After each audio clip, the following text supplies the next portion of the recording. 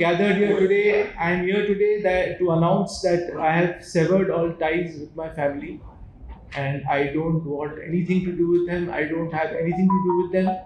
They have been uh, torturing me for years, and I was taking what was just coming to me. Uh, as you all know, everyone knows that a court battle was fought, which I won in the year 2008, 16th Feb to be precise. And well, life has been a hell since 2005, because that was the time when Amir, my brother, forcefully caught me and kept me under house arrest and gave me forced medications. So all that I have been through. Well, I will at Cozy Home. at Cozy Nursing Clinic, he was called. आज तक भी दुनिया को कुछ doubt है कि मैं शायद एक नॉर्मल इंसान नहीं हूँ. मुझे आज तक वो झेलना पड़ता है वो समाज के सामने, और मुझे काम मिलना मुश्किल हो जाता है. आगे चलकर एक फिल्म भी की, चिनार दास्तान इश्क, जिसमें मैं लीड रोल था. वो 2015 में रिलीज हुई, और मैं कहानियों पर काम कर रहा था, मैं लिख रहा था. फिर बाद में एक पिक्चर मेरे और बनी, डेंजर अहेड करके, जिसके डायरेक्टर थे फैसल सैफ, लेकिन वो गुजर गए और पिक्चर अभी तक रिलीज नहीं हो पाई. तो फैसल सैफ ने वो पिक्चर, मैंने शूटिंग कंप्लीट कर दी है वो पिक्चर की. उसका पोस्ट प्रोडक्शन थोड़ा बाकी है, लेकिन वो पिक्चर भी रेडी है. मैंने सोचा कि दुनिया जो भी सोचती है मेरे बारे में कि मैं मेंटल इंसान हूँ, मैं पागल इंसान हूँ, कोई बात नहीं, मैं अपने काम से प्रूव कर दूंगा कि मैं क्या हूँ. तो इस बीच में मुझे मौका मिला और मैंने फैक्ट्री पिक्चर डायरेक्ट की, उसमें एक्ट भी किया और उसमें गाना भी गाया, उसमें राइटिंग में भी इन्वॉल्व था. प्रोड्यूसर्स भी नए थे वो प्रोजेक्ट के, फैक्ट्री पिक्चर के.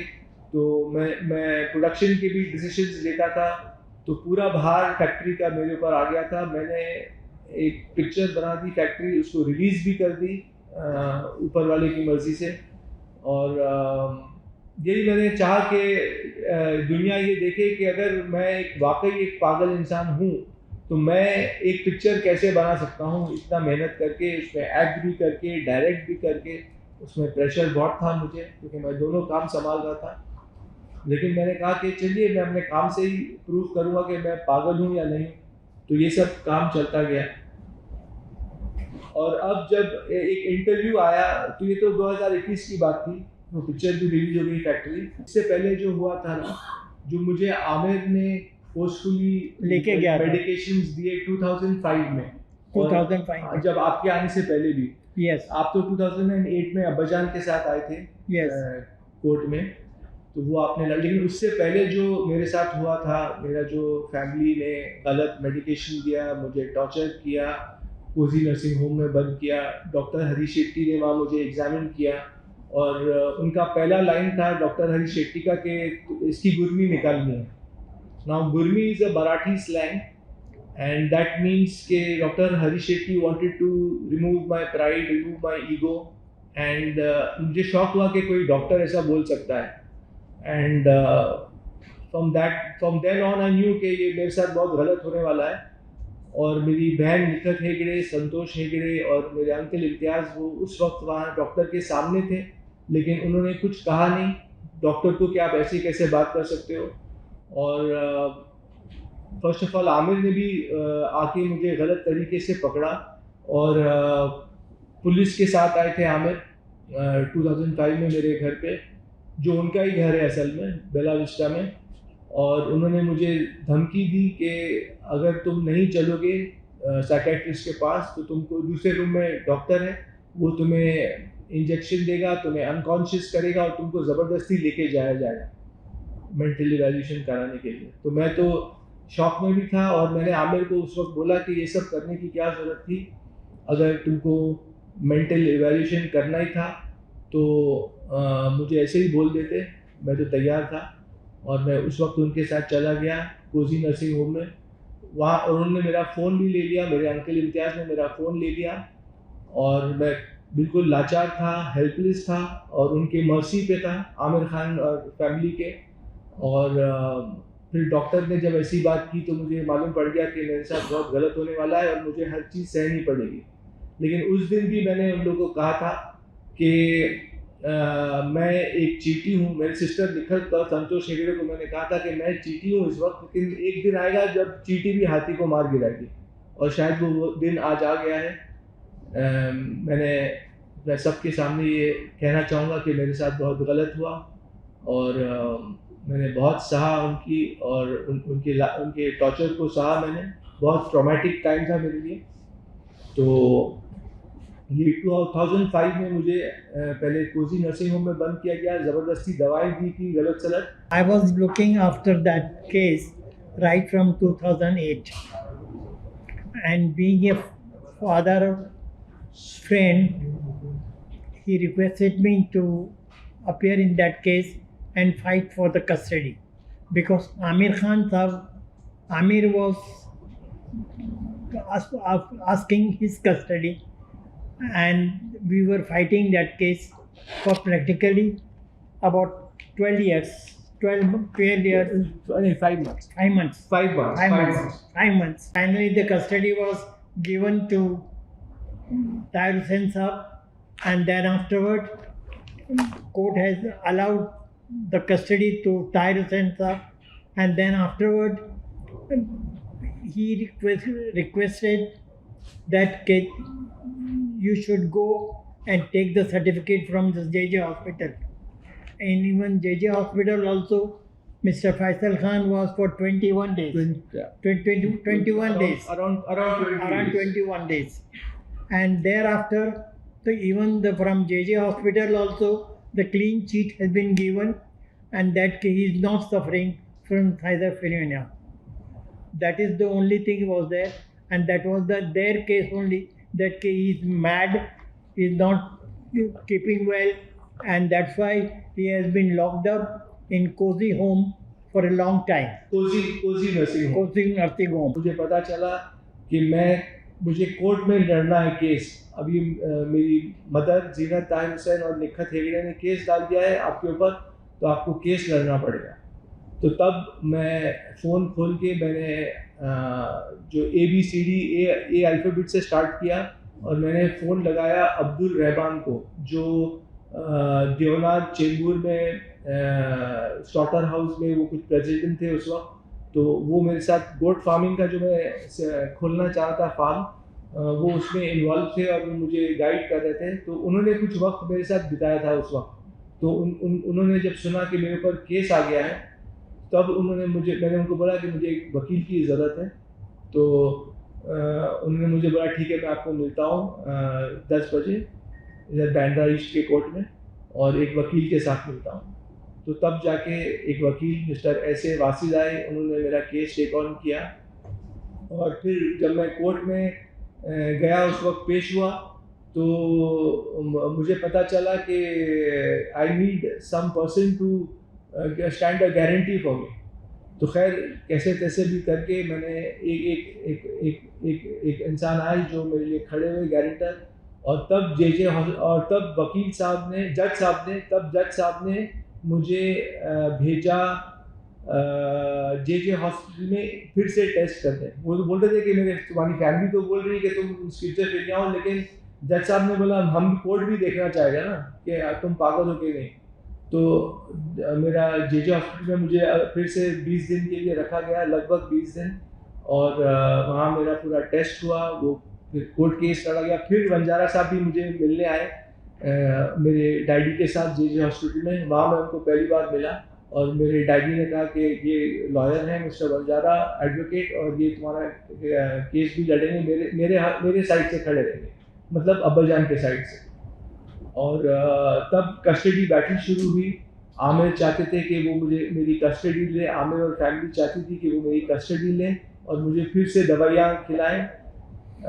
लेकिन क्योंकि बंजारा साहब थे और अब्बाजान मेरे लिए खड़े हो गए थे, तो जज ने, जो नेचुरल गार्डियन होता है फादर, उनके फेवर में डिसीजन दिया, और मुझे कस्टडी मेरे फादर को मिली। और जज साहब ने ये भी कहा, मैंने आप लोग को एक वर्डिक्ट भी दूंगा, जो कोर्ट का वर्डिक्ट है वो आप लोग उसके थ्रू जा भी सकते हैं, कि जज के कोर्ट ने मुझे क्लीन चिट दी है, मैं केस जीता।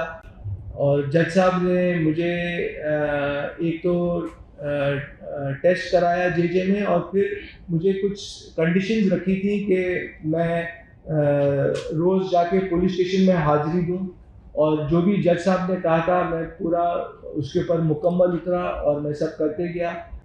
एक एनिमल पिक्चर देखी होगी जो बहुत हिट हो गई थी, उसमें मैं तो सल्यूट करता हूँ संदीप बांगा रेड्डी को। उन्होंने इतनी अच्छी तरह आजकल के रिलेशनशिप्स को दिखाया है, जब उसमें भी अगर आप देखें तो एल्डर सिस्टर कैसे बिहेव करती है और उसका ब्रदर इन लॉ कैसे बिहेव करता है। तो very good, I salute Sandeep Vanga Reddy for the film Animal. I could relate to the film so much कि ऐसे हो रहा है मेरे साथ भी, कि मेरी बड़ी सिस्टर और उसके मेरा ब्रदर इन लॉ कैसे बिहेव कर रहे हैं मेरे साथ। तो बहुत अच्छी तरह से पेश किया संदीप बांगा रेड्डी ने एनिमल पिक्चर को। मैंने 2-3 बार देखा वो पिक्चर जाके। मेरे दिमाग में चल रहा था कि मैं अपने आप को अब कैसे बचाऊं और इस चक्रव्यूह से कैसे निकल पाऊं। और तब मैंने फैसला किया घर जाकर कि मैं घर छोड़ दूंगा, और मैं घर से निकल गया, क्योंकि अब मुझे पता चल गया था कि मेरी फैमिली को मुझे टेक ऑन करना पड़ेगा। मेरी फैमिली मेरे खिलाफ है और मुझे अपनी फैमिली के सामने लड़ना पड़ेगा, खड़ा होना पड़ेगा। और तब मैंने फैसला लिया घर छोड़ने का, और मैं अपने एक दोस्त, एक इंस्पेक्टर हैं मिस्टर सनके, उनको मिला और उनसे मैंने राय ली कि मैं ऐसे ऐसे फंस चुका हूँ, मेरी फैमिली मुझ पर जुल्म कर रही है। उनको सारा मामला मैंने बताया। तो मिस्टर संके ने कहा कि आप जाइए और आप एक गवर्नमेंट हॉस्पिटल में अपने आप को इवैल्यूएशन कराइए। और संके ने कहा आप तैयार हैं कराने के लिए? तो मैंने कहा हाँ बिल्कुल, अगर मैं बिल्कुल कराऊंगा इवैल्यूएशन मेंटल, क्योंकि अगर मैं सच में पागल हूँ तो मुझे फैमिली के पास जाना चाहिए और फिर मैं जाऊँगा। तो मैंने केईएम हॉस्पिटल में जाके बहुत मुश्किलों से मैंने टेस्ट दिया, क्योंकि जब आप जाते हैं, कोई इंसान जब जाता है गवर्नमेंट हॉस्पिटल में टेस्ट करने को, तो आपको वो बगैर एक फैमिली मेम्बर के टेस्ट भी नहीं करते। तो फिर मैं फंस गया फिर से, क्योंकि कोई सब फैमिली मेम्बर्स मेरे खिलाफ थे। तो फिर मैंने कैसे भी अब्बाजान को कांटेक्ट किया, और अब्बाजान ने कहा कि मैं तुमको एक लेटर दे सकता हूँ कि तुम नॉर्मल हो और तुम्हारी जांच की जाए। तो वो लेटर के बेसिस पे मेरा टेस्ट हुआ केईएम हॉस्पिटल में। ये 2007 की बात है, 2007 अक्टूबर। और फिर मेरे इंस्पेक्टर दोस्त जो थे सन के, उन्होंने कहा कि आप 2-4 दिन के लिए ज़रा गायब हो जाइए जब तक ये रिजल्ट्स नहीं आते, और जब ये रिजल्ट्स आ जाएंगे तो आपको कोई कैद नहीं कर सकेगा, आमिर फैमिली, आपको कोई ख़तरा नहीं रहेगा उनसे। तो आप ये रिजल्ट्स आने का तक आप गायब हो जाइए। तो उस वक्त मैं खंडाला चला गया था, और पता नहीं कैसे भी, पता नहीं फैमिली को कैसे पता चल गया, और उन्होंने पुलिस भेजा मुझे अरेस्ट करने खंडाला में। और जब पुलिस बीच रात में आई खंडाला, तो मैंने उनको पूछा कि आप लोग क्यों, उन्होंने बोला आपको चलना पड़ेगा हमारे साथ, हम खार पुलिस स्टेशन से हैं। तो मैंने कहा कि लेकिन पुलिस को मैंने ये पूछा कि मैंने गलत क्या किया है। पुलिस जब ही पकड़ती है जब आपने कुछ गलत किया। तो मैंने पुलिस को क्वेश्चन किया कि आप मुझे किस सिलसिले में पकड़ रहे हैं, आपके पास वारंट है क्या है, और आप किस जुर्म में मुझे पकड़ रहे हैं। लेकिन उन्होंने कहा कि आपकी मदर और सिस्टर ने एक कंप्लेंट डाली है पुलिस स्टेशन में कि आप सोसाइटी के लिए हार्मफुल हैं, आप डेंजरस टू सोसाइटी हैं, और आपको स्किज़ोफ्रेनिया है, ये उनके डॉक्टर्स बोल रहे हैं। तो मैंने कहा ये सब झूठी बातें हैं। तो उन्होंने बोला खैर आपको चलना पड़ेगा, आप चलिए हमारे साथ। तो मुझे उनके साथ चलना पड़ा, क्योंकि वो होटल वाले ने भी बोला मुझे कि हम आपको रहने नहीं देंगे। तो ये सब हुआ बीच रात में खंडाला में, और मैं पुलिस के साथ मुझे आना पड़ा। पुलिस को तो ऑर्डर मिला था कि कैसे जैसे तैसे भी फैसल को पकड़ के लेके आओ। तो पुलिस भी लाचार थी, उन्होंने मजबूर थी, और उनको ऑर्डर दिया गया था कि फैसल को पकड़ के लेके आओ जहाँ से भी। तो ऐसा हुआ, और मुझे पुलिस के साथ जाना पड़ा। और फिर मेरा फ़ोन ले लिया गया। मैं खार पुलिस स्टेशन में सो गया, और जब सुबह उठा तो मुझे मेरा फ़ोन मिला, क्योंकि इंस्पेक्टर संके ने, जो खार पुलिस स्टेशन के इंस्पेक्टर थे इंचार्ज, उनको फ़ोन करके कहा कि इनको फ़ोन दे दो वापस फैसल को। मुझे आमिर के घर पे कैद कर दिया गया, जहाँ रूम के बाहर बॉडीगार्ड्स रहते थे, और मुझे ज़बरदस्ती दवाएं दी जाती थी। और जब मैंने कोजी नर्सिंग होम में भी कहा था कि मुझे दवाइयाँ की ज़रूरत नहीं है, तब भी मुझे फोर्सफुल मेडिकेशन दिया। एक ड्रग का नाम है सेरेनेस, जो उसका टेस्ट भी नहीं आता है और वो कलरलेस भी रहती है, वाटर के कलर की रहती है। तो वो बॉडीगार्ड सब लोग मुझे वो दवाई देते थे पानी में इंजेक्शन के थ्रू, बॉटल में डालते थे, और मुझे पानी और खाना तो खाना ही था ज़िंदा रहने के लिए। तो जब मुझे एहसास हुआ कि मैं 20-20 घंटे सो रहा हूँ, तो मैंने मेरे सिस्टर को बुला के कहा कि मुझे पता है कि तुम लोग मुझे दवाइयाँ दे रहे हो चुपचाप, तो मैं ये ओवरडोज हो सकता है and I can lose my life, मैं अपनी जान खो सकता हूँ। तब मैंने डॉक्टर से रिक्वेस्ट किया और लिखत को रिक्वेस्ट किया कि मैं जो आप लोग दवा मुझे फोर्सफुली दे रहे हो, मैं उसको लेने के लिए तैयार हूँ, क्योंकि मैं नहीं चाहता था कि मुझे ओवरडोज हो जिससे मेरी जान को ख़तरा था। तो ये सब टॉर्चर हुआ। फिर आमिर के घर पे मुझे 1 साल बंद किया गया ज़बरदस्ती, और दवाएं तभी भी चालू थी। तो फिर मेरा वज़न भी बढ़ते जा रहा था, 103 किलो हो गया था मैं। और फिर 1 साल के बाद मैंने आमिर को कहा कि आप लोग ने कहा था कि 1 साल के लिए आप लोग ने कहा था कि आप लोग मुझे कैद करेंगे। तो अब 1 साल हो गया है, 2006 का वक्त था वो। और मैंने बोला कि मुझे फिर से जो आपका दूसरा घर है जहाँ मैं रहता था, जहाँ आप लोग ने मुझे फोर्सफुली पिकअप किया था बेला विस्टा में, वहाँ भेजा जाए। तो आमिर ने मुझे अलाउ किया कि मैं वहाँ जा सकता हूँ। उन्होंने कहा, क्योंकि 1 साल में मैंने कुछ ऐसे ही उनको मौका ही नहीं दिया था कुछ मेरे अगेंस्ट कहने का, करने का। तो 1 साल के बाद मुझे घर जाने दिया वापस। मुझे एक मेंटेनेंस मिलता था जब मैं घर वापस लौटा, तो पहले तो मुझे 30,000 पगार मिलती थी, जो मैं स्क्रिप्ट डॉक्टर था मैं, तब मिलती थी। फिर आमिर ने एक दिन मुझे बुला के बोला कि फैसल, मैं तुमको नौकरी से निकाल रहा हूँ, तो now no need to come to the office. तो maybe he felt I was not working hard enough और व्हाटएवर, तो शायद उन्होंने वो कदम उठाया। तो अब मेरे पास पैसा कहाँ से आए, क्योंकि दुनिया तो अभी तक मुझे पागल समझती है, तो कौन काम देगा। तो फिर मैंने आमिर से बहस उज्जत की एक दिन, और मैंने बोला कि you have to give me a monthly sustenance till I don't stand on my 2 feet, because तुम्हारी वजह से मैं पागल करार किया गया हूँ। तो उन्होंने अग्री किया और उन्होंने बोला कि ठीक है, मैं मंथली तुमको अलाउंस दूंगा। तो वो अलाउंस तय हुआ तो मुझे मिलता था। मैंने कुछ प्रोजेक्ट्स लिखे थे लॉकडाउन में जो मैं स्टार्ट करना चाह रहा था। तो मैंने एक इंटरव्यू दिया पिंक विला में, और वो इंटरव्यू के बाद फैमिली वाले नाराज़ हो गए मुझसे। और मैंने इंटरव्यू को इसलिए नहीं रोका, मेरे सवाल पूछने से जो मेरे फैमिली के बारे में पूछ रहे थे, क्योंकि मुझे सच को बाहर लाना था और मैं एक सच्चा इंसान हूँ। तो जो भी हुआ, क्योंकि मैं क्यों छुपाऊँ, अगर सामने वाला जर्नलिस्ट मुझसे सवाल पूछ रहा है तो मैं जवाब दूंगा। मैं क्यों बोलूँ कि नहीं, मैं इस सवाल का जवाब देना नहीं चाहता। तो अगर मैं ऐसे बोलूँगा मतलब मैं कुछ छुपा रहा हूँ, और मैं ये नहीं चाहता कि मैं कुछ छुपाऊँ और लोगों से लोगों को रूबरू ना करूँ मेरे साथ क्या हुआ। तो जो सवाल पिंक विला के एंकर अविनाश ने मुझसे पूछा, तो मैंने उसका सही सही जवाब दिया, सच्चा जवाब दिया। वो फैमिली वाले को अच्छा नहीं लगा, वो लोग नाराज़ हो गए और उन्होंने मुझे तोहमत लगाई कि मैं मिसलीड कर रहा हूँ मीडिया को, पब्लिक को। और उन्होंने और भी मुझ पे इल्ज़ाम डाले। सारे फैमिली वाले मेंबर्स ने साइन किया वो लेटर, बोलिए इंटीमेशन बोलिए, प्रेस को जो उन्होंने दिया था कुछ दिनों पहले। तो मैंने फिर उसका जवाब ये दिया कि मैं फैमिली से अलग हो रहा हूँ, और मैं ऐसी फैमिली मैं चाहता नहीं जो मुझे नुकसान पहुँचा रही है, जो मुझे हार्म कर रही है और मुझे बार बार रोक रही है आगे बढ़ने से। तो इससे बेहतर मैंने ये समझा कि मैं फैमिली से ही अलग हो जाऊँ और दूर हो जाऊँ। तो इसलिए मैंने पब्लिक नोटिस जारी की न्यूज़पेपर्स में, जिसमें ये कहा है कि मैं अपने फैमिली से दूर हो रहा हूँ, अलग हो रहा हूँ, और मैं अपना फ्रीडम फ्री ज़िंदगी बगैर किसी प्रेशर के मैं जीना चाह रहा हूँ। तो ये पूरा हुआ है, और इसलिए मैं अपना हक, अपना पहलू सामने रख रहा हूँ आप लोग के सामने, मीडिया के सामने, ताकि दुनिया को पता चले कि मेरे साथ क्या क्या हुआ, क्या क्या गलत हुआ। एक और बात मैं कहना चाहूँगा कि जब फैमिली से मैं नाराज़ हुआ था, तो मैंने एक लेटर लिखा था, और उस लेटर में मैंने क्योंकि फैमिली मुझे बोलती थी कि अरे यार तुम शादी करो, बहुत प्रेशर आता हर तरीके से। आंटी के साथ। हाँ, मेरी आंटी के साथ। तो मैंने एक लेटर भी लिखा, उसमें मैंने ये लिखा, मैंने हर फैमिली मेंबर की मैंने उसमें लिखा कि तुम क्या हो, तुम क्या हो, तुम क्या हो।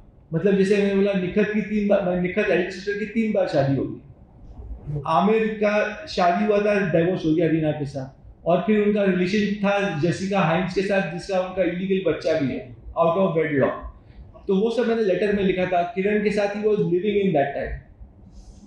फिर my father had got married twice, फिर my cousin sister had got married twice and divorced and married and divorced and married. तो मैं बोला था यार तुम लोग मुझे क्या सलाह दे रहे हो, मतलब let me live my life how I want ना। तो उस लेटर में मैंने काफी उनको सुना भी दिया, थोड़ा अब्यूजिव लैंग्वेज भी यूज कर दिया क्योंकि मैं गुस्से में था। तो वो भी उनको बुरा लग गया होगा शायद कि ये तो अपना सच्चाई बोल रहा है, अपने साथ जो सच्चाई बहुत कड़वी होती है, तो वो फेस नहीं कर पाए। तो ये सब लेटर में मैंने लिख दिया, तो उन लोग का गुस्सा बढ़ गया, इसलिए लड़ाई झगड़ी बनाया, छोड़ो मिलते ही नहीं। तो अब वो लोग प्रेशर डाल डाल के बोला ये पागल हो गया, इसको पागल घोषित कर दो। तो ये सब फैमिली पॉलिटिक्स की वजह से ये सब हुआ। जब अब्बाजान के ऊपर प्रेशर पड़ा मॉनेटरी, तो अब्बाजान ने भी मेरा साथ छोड़ दिया और उनका पैसा पानी बंद किया गया फैमिली के थ्रू। तो ये सब हुआ और अब्बाजान ने मेरा साथ छोड़ दिया। लेकिन ऊपर वाला है, तो जज साहब ने बोला कि मैं आमिर को कस्टडी नहीं दूंगा, मैं फैसल को छोड़ दूंगा टू लिव अ लाइफ। तो जजमेंट में उन्होंने लिखा है कि पर्पसली ही left me alone to see how I react in society and how I deal with society. तो ये जज साहब का बहुत अच्छा एक फैसला था और उन्होंने मुझे जीने दिया, मैं जी रहा था। तब तक केस भी चल रहा था, मैं सब सोशल एक्टिविटीज़ कर रहा था, उसका प्रूफ मैं जज साहब को दे रहा था हर हियरिंग पे कि मैं मेरी क्या क्या एक्टिविटीज़ हैं। और फिर केस चला और फिर 4 महीने के बाद फेब 16 को मुझे वर्डिक्ट दिया गया। जज ने कहा कि you are a normal person and you can live your life freely as a Indian citizen and you don't have paranoid schizophrenia. और ये सब करके मुझे एक क्लीन चिट मिली, मैं केस जीत गया, केस मेरे हक में गया और तब मैं अपने कामों में फिर से लग गया। 2007 में फिर सब ठीक चल रहा था, मैं कुछ गोट फार्म स्टार्ट करने की कोशिश कर रहा था और यहाँ अहमदनगर में एक मैंने ज़मीन भी देखी थी और वहाँ गोट फार्म स्टार्ट करने की मैं कोशिश कर रहा था और कुछ लोगों को मिल रहा था उसके लिए। तो वो सब काम चल रहा था। सडनली आमिर ने मुझे 2007 में बुला के दोपहर को, डॉक्टर हरी शेट्टी और आमिर ने कहा कि तुमको कल जाना है, अपनी सिग्नेटरी राइट्स देना है। अब सिग्नेटरी राइट्स वो होता है कि आपका पूरा हक एक इंसान का छीन लिया जाता है और आपको कोई पावर नहीं रहता है साइन करने का और आपका अस्तित्व बिल्कुल शून्य हो जाता है, ज़ीरो।